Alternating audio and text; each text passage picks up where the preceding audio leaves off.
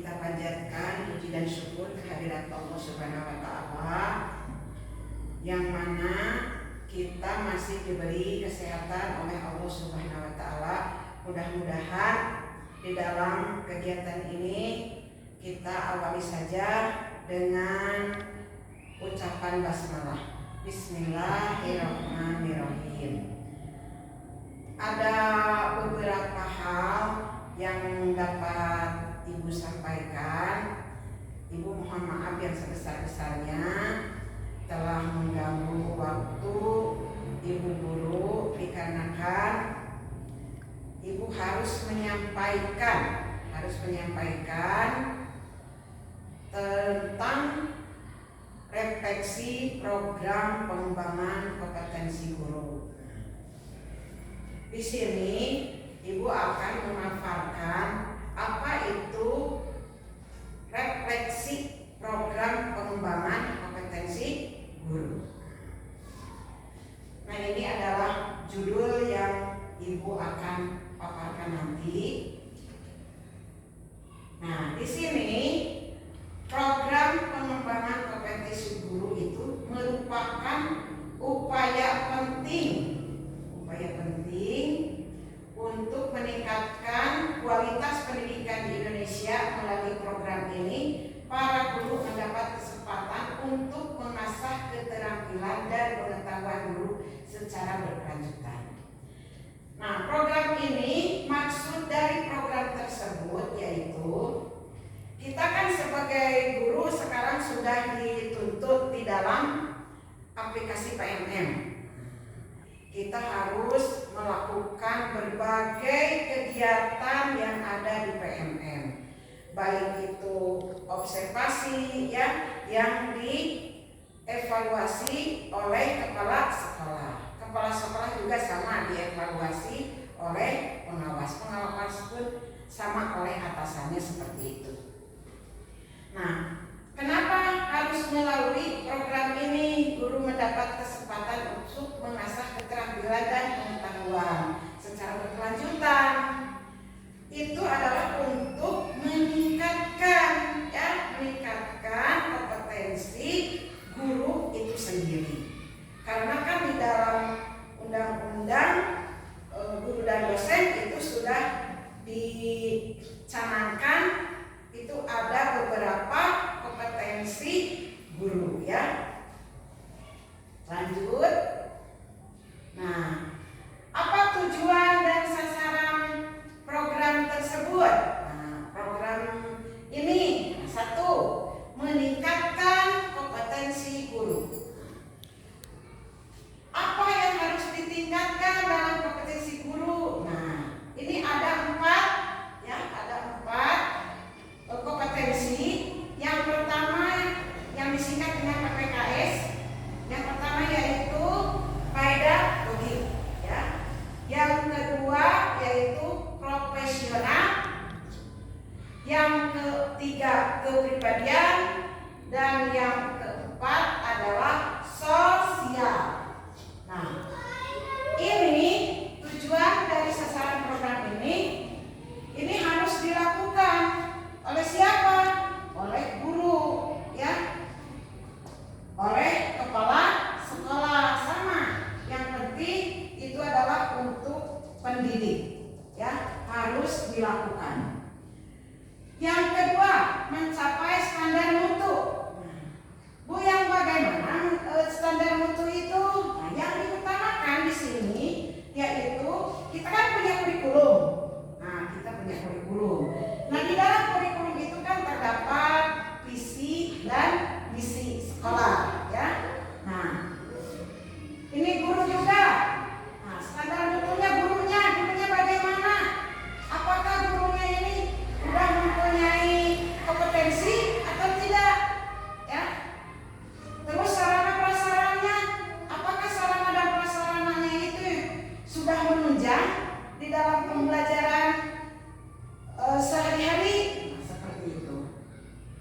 Yang ketiga, mendukung pembelajaran efektif. Nah, di dalam sasaran ini harus ada dukungan supaya pembelajaran itu selalu efektif ya. Nah, ini Jadi harus ada kolaborasi. Harus ada apa? Kolaborasi, ya, harus ada kolaborasi. Nah, jadi ini yang berbasis kepada peserta didik itu sendiri, ya. Jadi kita harus pembelajaran efektif, juga aktif, kreatif, sehingga anak-anak menyenangkan, ya. Kalau kita misalkan di dalam mutu, ya, dalam standar mutu, terus pembelajaran efektif dan kompetisi guru, kalau tujuan ini tidak tercapai, maka di dalam refleksi tadi tidak akan ada peningkatan yang signifikan di dalam inovasi atau perubahan. Lanjut.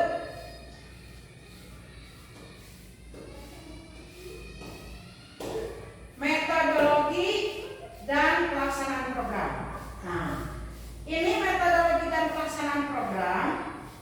Guru-guru, ya, guru-guru itu diwajibkan untuk mengikuti pelatihan. Nah, ibu-ibu kan sudah mengikuti webinar, diklat, kan ya, terus workshop dan semacamnya. Yang kedua yaitu mentoring. Nah, itu ada seseorang yang melakukan mentoring, yaitu seorang mentor. Apa? Yaitu adanya aplikasi pengetahuan. Jadi aplikasi ini diaplikasikan si pengetahuan ini setelah kita melakukan pelatihan. Jadi diaplikasikan pengetahuan pelatihan ini ke dalam pembelajaran di sekolah kita sebagai guru. Seterusnya yang ketiga yaitu mengadakan evaluasi. Nah, dengan cara bagaimana mengadakan evaluasinya? Yaitu dengan cara secara berkala, terus ada umpan balik. Nah, seperti ibu sekarang ada umpan balik antara guru dengan kepala sekolah. Guru ada umpan balik dengan peserta didik dan seterusnya. Juga sama, antara sekolah ada umpan balik dengan pengawas, seperti itu. Selanjutnya, partisipasi guru dan antusiasme. Nah, di sini ada 3 kategori. Tingkat kehadirannya bagaimana? Nah, kalau ibu-ibu suka mengikuti workshop, kan pelatihan, itu kan ada kehadirannya, bukti kehadirannya. Biasanya ini suka tercantum di dalam sertifikat, ya. Misalnya hari ke-1 hadir, hari kedua tidak hadir, hari ketiga tidak hadir. Di sana tercantum di dalam sertifikatnya, seperti contoh punya ibu kemarin di dalam PMM ada di sana tertera kehadirannya. Jadi kehadiran ke-1, kehadiran kedua, dan kehadiran ketiga ada semuanya, serta ditandatangan, dan ditandatangannya itu narasumber ada NIP-nya, ada nomor induk pegawainya.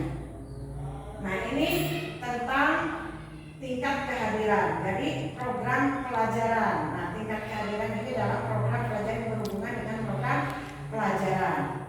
Yang kedua yaitu motivasi belajar. Nah, motivasi belajar di sini yaitu dalam kegiatan apa? Yaitu kegiatan di dalam pelatihan.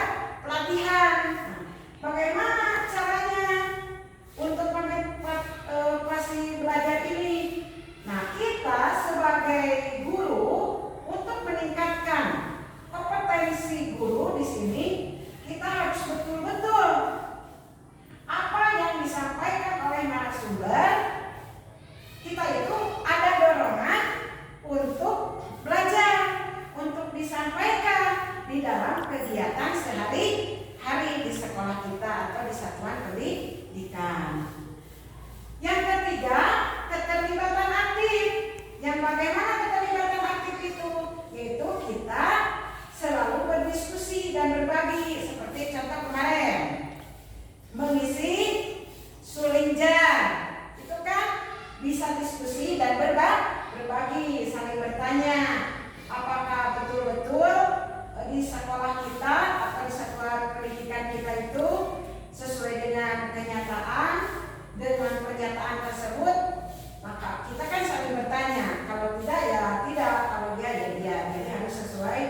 dengan kenyataan ya.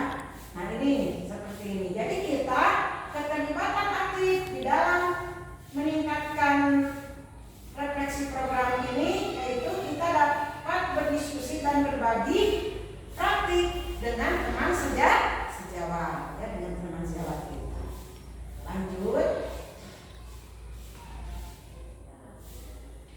Nah ini ada materi dan pelatihan yang diberikan ya.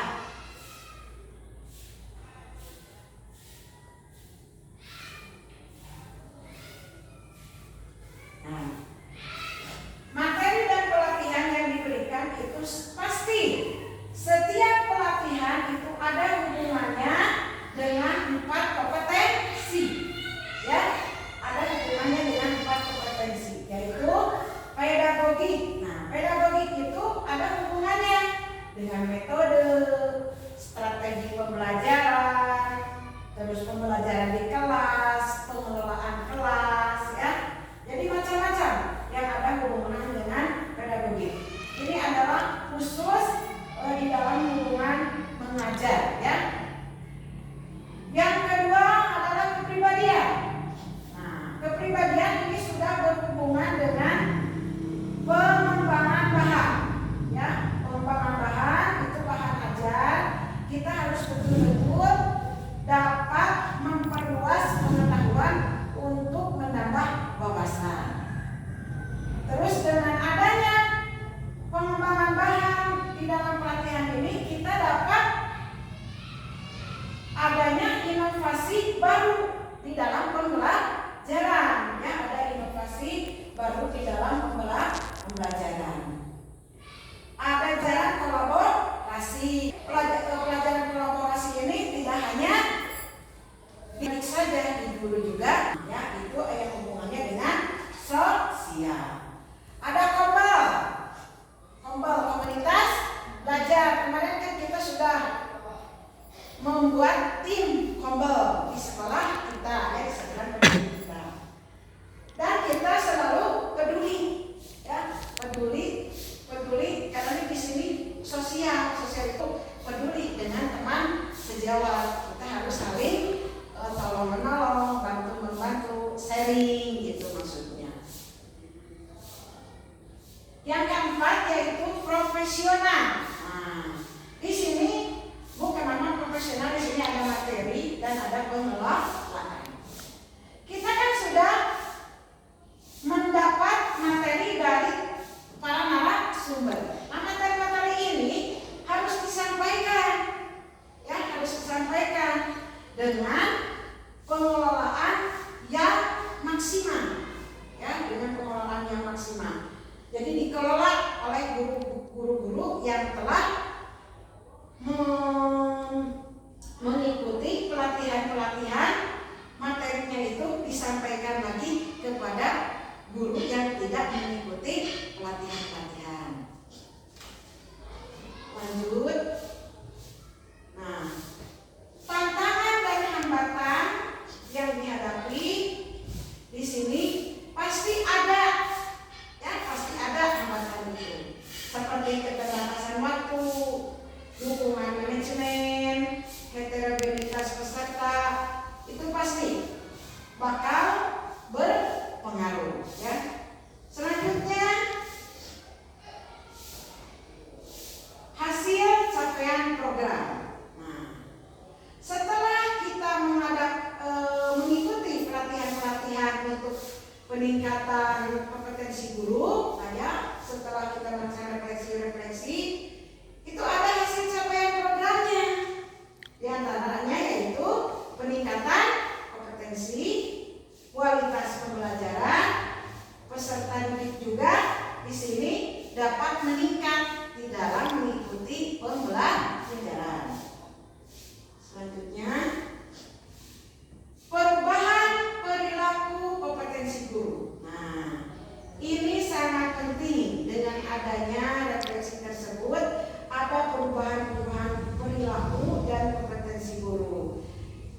Terutama yaitu ada perubahan di dalam pembelajaran.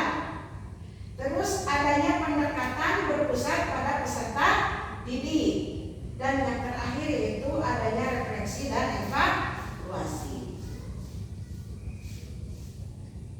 Dampaknya juga ada, ya, dampak program terhadap guru itu ada, yaitu peningkatan kompetensi. Nah, yang bagaimana tuh peningkatan kompetensi? Yang tadi dengan kita mengikuti pelatihan-pelatihan, nah, itu dapat adanya peningkatan kompetensi terhadap guru tersebut. Yang kedua yaitu efektivitas pembelajaran. Maksudnya kita sebagai guru harus seefektif mungkin, ya, di dalam melakukan pembelajaran, sehingga apa yang kita sampaikan kepada peserta didik kita menyampai, ya, tersampaikan. Jadi kalau kata orang Sunda nama dugi tah kabudak teh nyerap karena manehna gitu. Jadi naon anu disampaikan oleh guru itu menempel di dalam dirinya. Yang ketiga yaitu kinerja profesional. Nah, maksudnya kita harus profesional bekerja, ya. Jangan merasa benar sendiri, jangan merasa kita itu merasa egois, ya. Jangan merasa kita itu sudah paling benar, paling bisa.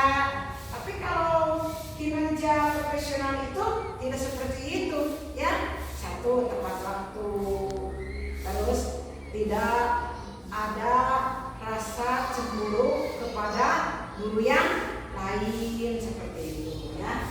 Jadi kita itu harus benar-benar profesional. Administrasi harus dilaksanakan sesuai tupoksinya masing-masing. Misalkan ibu administrasi kepala sekolah ibu, ada ibu kan sebagai kinerja profesional, kita harus mengerjakannya dengan aturan yang sudah diberlakukan oleh pengawas. Sama, guru juga harus kinerjanya harus profesional, yaitu bekerja harus sesuai dengan aturan yang berlaku, ya. Lanjut. Nah, ini sebagai rekomendasi dan kesimpulan, ya, dari refleksi program tadi, ya, mengenai kompetensi guru, yaitu adanya kontinuitas pelatihan, adanya dukungan manajemen, 3, personalisasi pelatihan, dan yang keempat itu adanya monitoring dan evaluasi. Mungkin itu yang dapat Ibu sampaikan. Mungkin nanti bila ada pertanyaan-pertanyaan dari Ibu guru yang masih belum paham di antara yang disampaikan oleh Ibu, silakan untuk bertanya apa saja yang belum dipahami oleh Ibu guru. Silakan siapa yang mau bertanya, silakan, insya Allah Ibu bisa menjawabnya. Ya, Bu Rika, silakan. Izin tanya Bu, Ya. berdasarkan materi yang tadi disampaikan mengenai refleksi pengembangan kompetensi guru, Ya. bagaimana cara kita menerapkan refleksi dalam pembelajaran? Mohon penjelasan. Terima kasih Bu Rika. Tepuk tangan dulu buat Bu Rika. Sangat luar biasa pertanyaannya.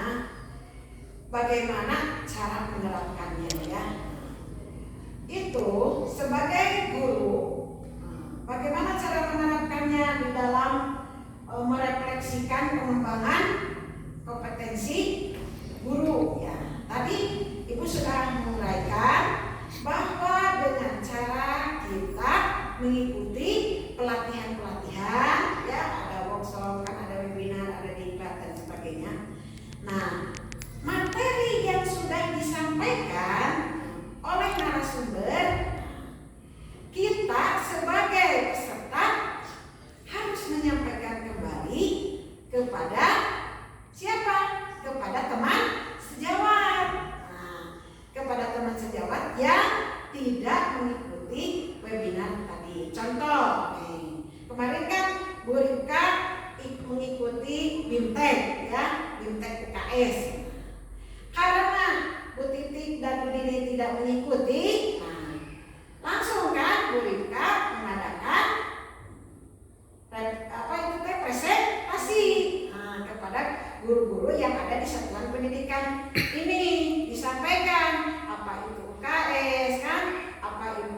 tujuan UKS, manfaat UKS. Nah, itu bagus. Jadi sesudah mengadakan pelatihan lalu diaplikasikan. Nah, itu maksud dari jawaban yang tadi Ibu Rika sampaikan. Nah, itu bagus Bu Rika, ada contoh yang sudah dilakukan oleh Bu Rika. Nah, itu sudah bagus. Nah, itu adalah bukti bahwa Bu Rika itu sudah menerapkan, ya, sudah menerapkan program pengembangan kompetensi guru. Itu bagus. Apakah masih Cukup Ibu. Nah, Coba diulangi. terima kasih Bu Rika.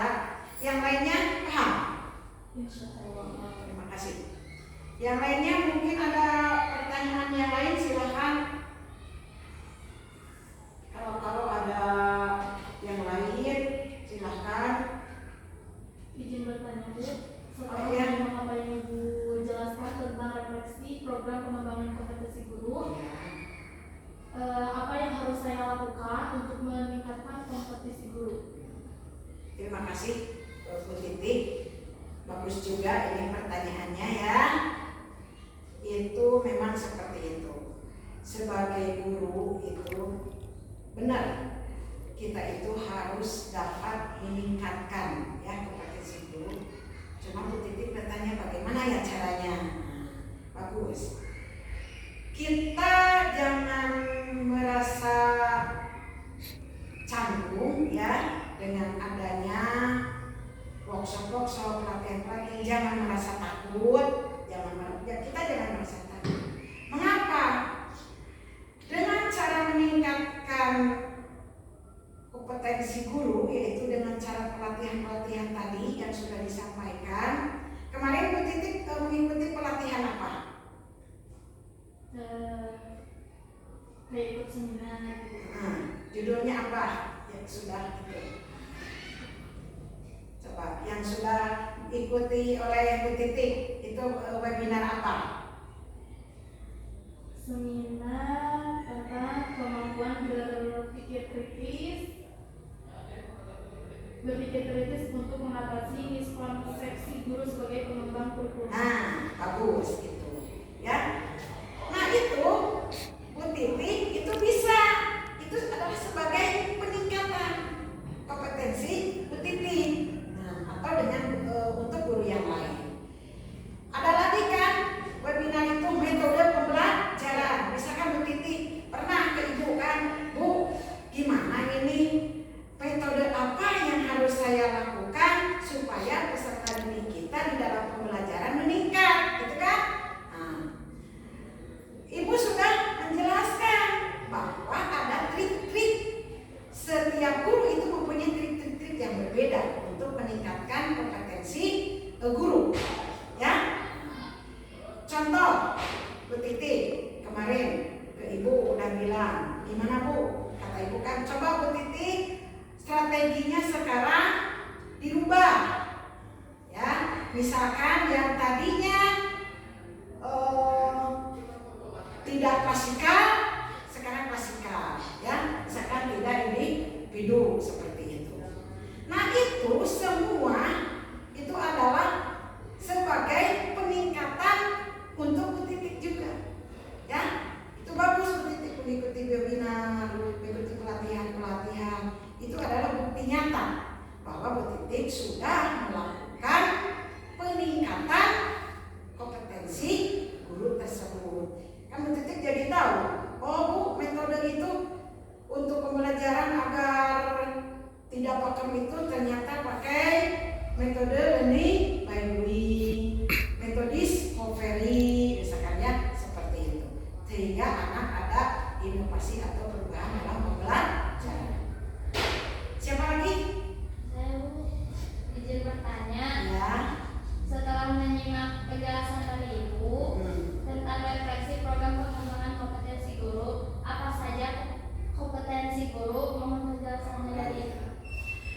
Tadi di sini ya Ibu sudah menjelaskan. Yang pertama yaitu kompetensi guru itu ada 4 ya semuanya. Satu adalah pedagogi. Yang kedua adalah profesi emosional. Yang ketiga adalah kepribadian. Yang keempat adalah sosial. Nah itu yang keempat itu harus berkesinambungan, ya, harus berkesinambungan. Kenapa harus berkesinambungan? Karena itu saling berhubungan. Keempat tadi itu.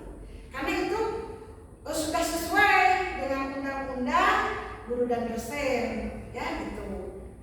Kalau tidak salah nomor 14, ya, itu adalah sudah tertera di dalam undang-undang guru dan dosen, yaitu guru mempunyai 4 kompetensi. Itu harus diterapkan di dalam kehidupan sehari-hari. Insya Allah kalau kita menerapkannya dalam kehidupan sehari-hari, itu akan berjalan lancar di dalam menyampaikan pembelajaran, atau kita sebagai guru tidak akan terkendala dengan hal-hal yang tidak kita inginkan. Bagaimana Bu Nini? Terima kasih juga Ibu. Terima kasih kepada ibu-ibu semua yang telah memberikan pertanyaan-pertanyaannya.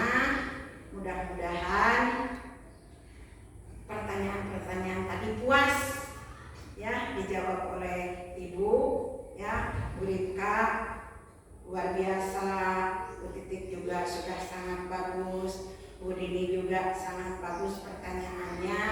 Mudah-mudahan apa-apa yang disampaikan oleh Ibu kepada Ibu Guru disampaikan lagi kepada Ibu Guru yang tidak hadir pada hari ini, ya, karena ini adalah sangat penting materi yang disampaikan oleh Ibu. Mungkin itu saja yang dapat Ibu sampaikan. Kita tutup saja dengan mengucapkan alhamdulillahirabbil alamin.